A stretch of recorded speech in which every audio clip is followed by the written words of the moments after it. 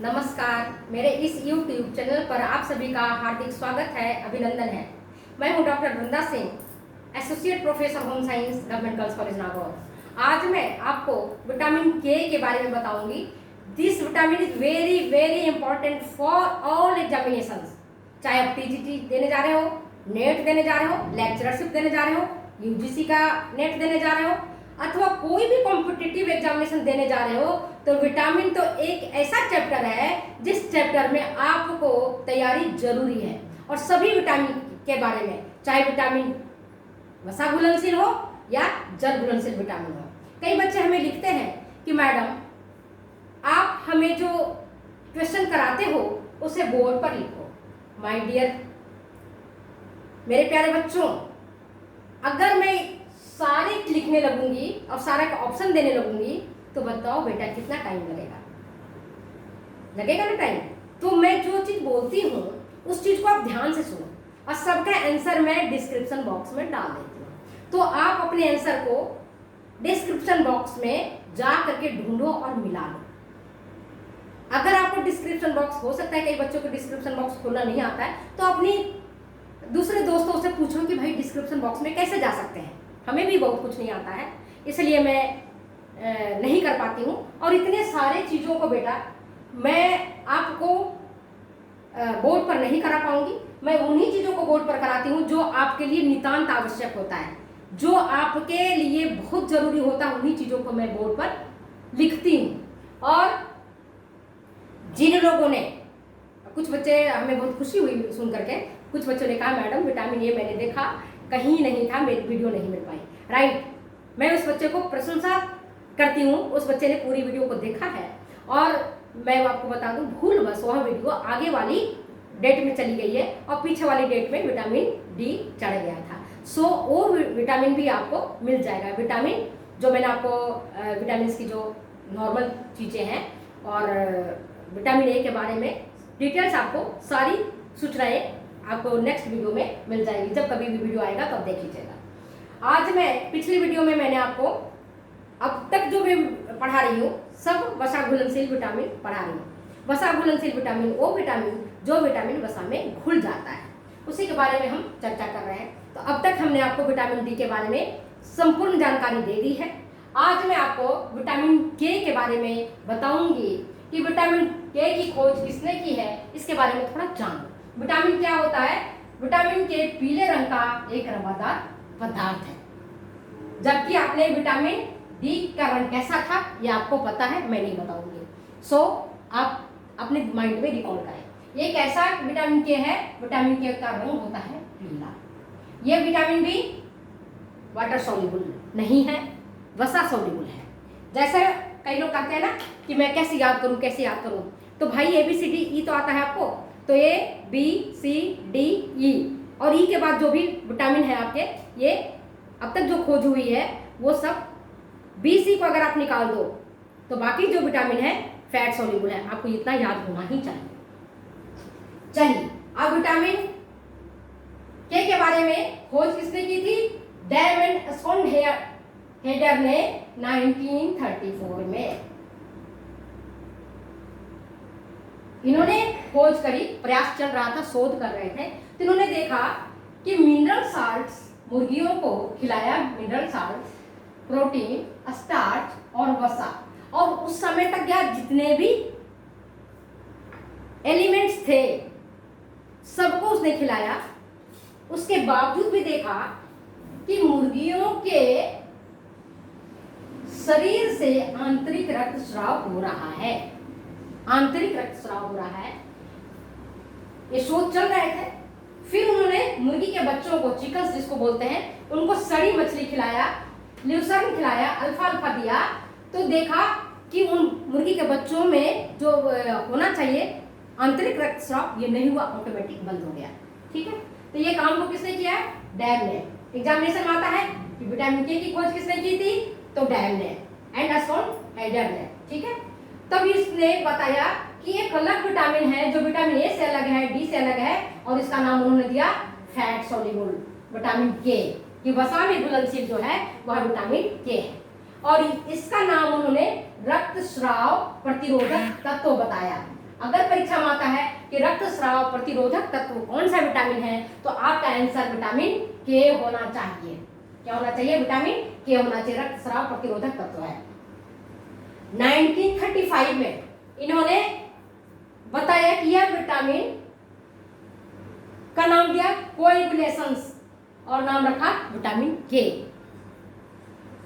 फिर dam and करेर ने 1935 में ग्रीन लीफी वेजिटेबल्स, हरी पत्तेदार सब्जियों से शुद्ध सांद्र रूप में प्राप्त किया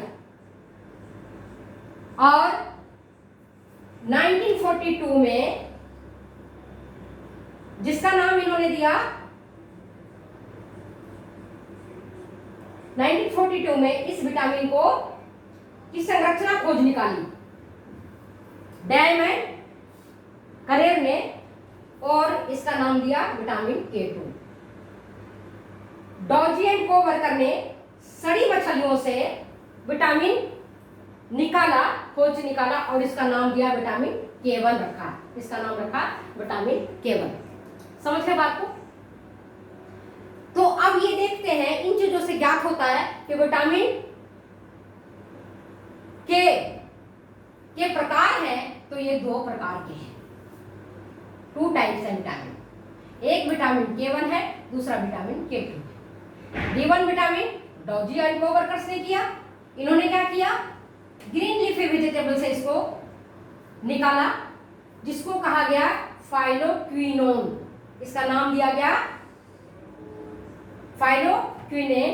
1939 में ये बात पता चली। अब विटामिन K2 कहां से निकला? सड़ी मछलियों से। इसकी संरचना की खोज की गई और इसका नाम दिया गया फ्रैंक्विनोन।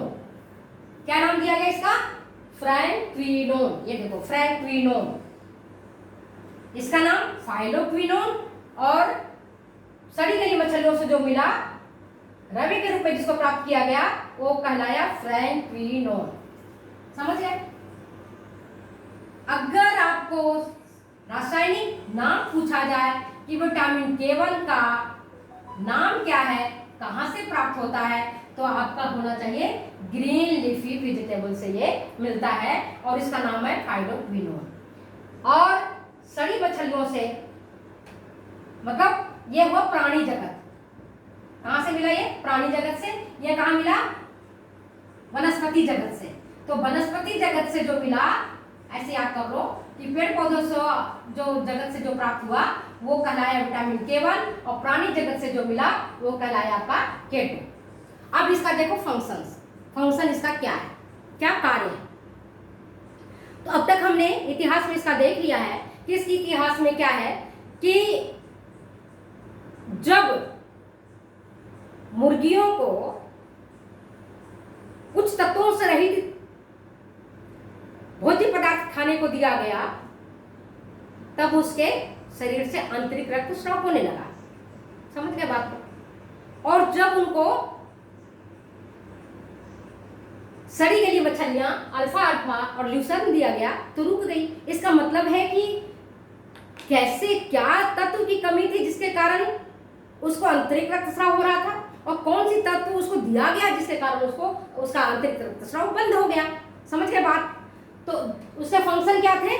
रक्तस्राव बंद होना, कोएगुलेशंस मतलब जमाने का काम कर रहा है, रक्त का थक्का बनाने का काम कर रहा है, और कोएगुलेशंस के चूंकि इसका पहला अक्षर है के, कोएगुलेशंस, तब इसका नाम विटामिन के पड़ गया। फंक्शंस में देखोगे ये क्या करता है? रक्त का थक्का बनाने में मदद करता है।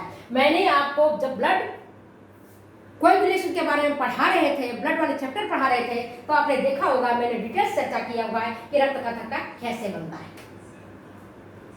तो क्या करता है रक्त का थक्का बनने में? कैल्शियम आयन, प्रोथ्रोम्बिन, थ्रोम्बोप्लास्टिन और कैल्शियम आयन जो आपके रक्त में रहता है, ब्लड में रहता है। अभी मैंने विटामिन डी वाली केस में मैंने डिटेल्स बताया है कि कैल्शियम रहता है, वो कैल्शियम मिल करके बना देता है थ्रोम्बिन। क्या बना देता है? थ्रोम्बिन। और यही थ्रोम्बिन फाइब्रिनोजन जो रक्त में रहता है, फाइब्रिनोजन एक प्रोटीन है, यह प्रोटीन ही थ्रोम्बिन के साथ मिलकर के फाइब्रिन नामक जालनुमा रचना बना देता है। अब फाइब्रिन नामक जालनुमा जो रचना है, इसी रचना में आरबीसी और डब्ल्यूबीसी जो रक्त कोशिकाओं में होता है ना, रक्त में हमारा उपस्थित रहता है, ये सारे आकर के इसमें फंस जाते हैं, कनिकाएं फंस जाते हैं और यहाँ पर रक्त का थक्का बन जाता है। लेकिन कब होता है? जब विटामिन के की उपलब्धता रहती है। अगर आहार में विटामिन के नहीं रहेगा तो ये फंक्शंस ठीक प्रकार से काम नहीं कर पाएंगे और रक्त का थक्का नहीं जमेगा। इसलिए विटामिन के का होना आहार में नितांत आवश्यक है। अब इसका अगर पूछे कि इसका संग्रहण कहाँ होता है, आपको पता है हमारा स्टोर हाउस कौन सा है, हमारी बॉडी का भंडार गृह क्या कौन सा है, इसको किस अंग को बोलते हैं भंडार गृह, आपको पता होना चाहिए। मैं इसको नहीं बताती हूँ, आप दिमाग पर जोड़ देना। चलो फिर भी बता देती हूँ, आप कितना दिमाग पर जोड़ दो। होता है यकृत। तो इसका यकृत लीवर में कई सारे विटामिन जो है ना वो आपका स्टोरेज होता है। संग्रहालय है हमारी बॉडी का, ये संग्रह वो करता है सारी लीवर। मैंने डिटेल्स आपको पढ़ाया हुआ है, तो आप जाकर के लीवर वाले वीडियो को देख सकते हो। यहां इसका संग्रहण होता है। अब जैसा कि मैंने बताया अवशोषण, इसका अवशोषण किसके द्वारा होगा? इसके अवशोषण के लिए पित्त रस का होना नितांत जरूरी है। किसकी जरूरी हुई? पित्त रस चाहिए। और चूंकि ये वसा में घुलनशील है, इसलिए जो वसा में घुलनशील विटामिन होते हैं उनका अवशोषण छोटी आंत के जो अंतिम भाग है, जिसको आप इलियम बोलते हो अंग्रेजी में, हिंदी में बोलते हो उसको शेषांत्र, वहां जाकर के उसके द्वारा लसिकीय नलियां होती हैं, लिम्फेटिक वेसल्स, उसके द्वारा इसका अवशोषण होता है। कहां पाया जाता है ये मैंने आपको बता दिया। ग्रीन लीफी वेजिटेबल्स को आपको मिलेगा। फिर प्राणिज भोज्य पदार्थ में भी मिलता है। जब ये सड़ी गली मछलियों में मिल रहा है तो अच्छी मछली में भी तो मिलेगा, तो इसके प्राप्ति के अच्छे स्रोत हैं। तो आपने देख लिया विटामिन के बारे में मैंने आपको डिटेल्स जानकारी दी है। अगर आपको ये वीडियो अच्छी लगती है तो माय डियर फ्रेंड्स, आप लाइक करें, शेयर करें, कमेंट करें, कमेंट बॉक्स में अपनी भावनाओं को लिखें। और अगर ये आपको वीडियो अच्छी लगती है तो प्लीज़ शेयर करना ना भूलें। दूसरे बच्चों को भी सब्सक्राइब करने के लिए बोलें, ताकि दूसरे बच्चे भी लाभ उठा सकें और आप उनकी दुआओं के भागी बने। Thank you.